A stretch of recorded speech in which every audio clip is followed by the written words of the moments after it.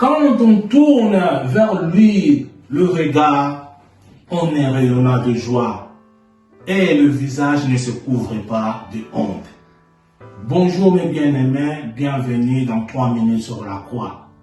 À qui pouvons-nous tourner nos regards? À ton trésor qui est caché quelque part. Quand bien même, là où est ton trésor, là aussi sera ton cœur. Mais la Bible nous dit, à quoi sert un homme de gagner tout le monde s'il perd son âme? Bien-aimé dans le Seigneur, ayant le regard sur Jésus, le chef et le consommateur de la foi, il est le chef de tout homme, de l'Église et qui est son corps. C'est lui qui crée dans l'homme la foi et qui la porte à la perfection.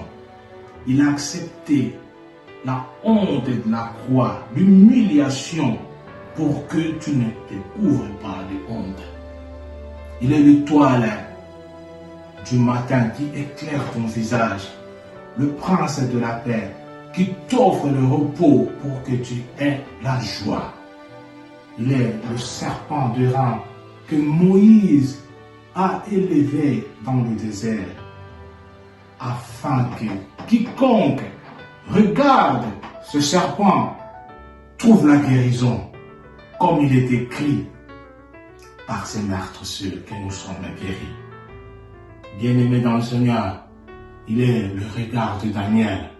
Quand la sentence lui avait été prononcée, Daniel est allé droit au but.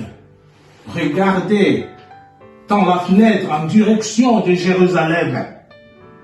Le regard de Daniel, c'est à la croix, là où Jésus a effacé l'art des dons, les ordonnances qui nous condamnaient. Il a détruit en le clouant à la croix. Il a écrasé la tête du diable Satan.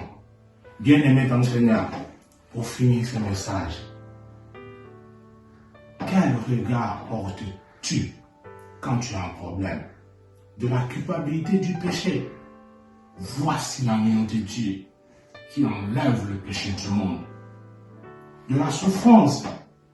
Cependant, il a porté nos souffrances et il s'est chargé de nos douleurs. De la mort, je suis la résurrection et la vie. Celui qui croit en moi vivra, quand même il serait mort. Bien-aimé dans le Seigneur, je vous présente la croix comme un lieu de victoire, de liberté, de miracle, de signe ainsi que de prodige. Que Dieu vous bénisse.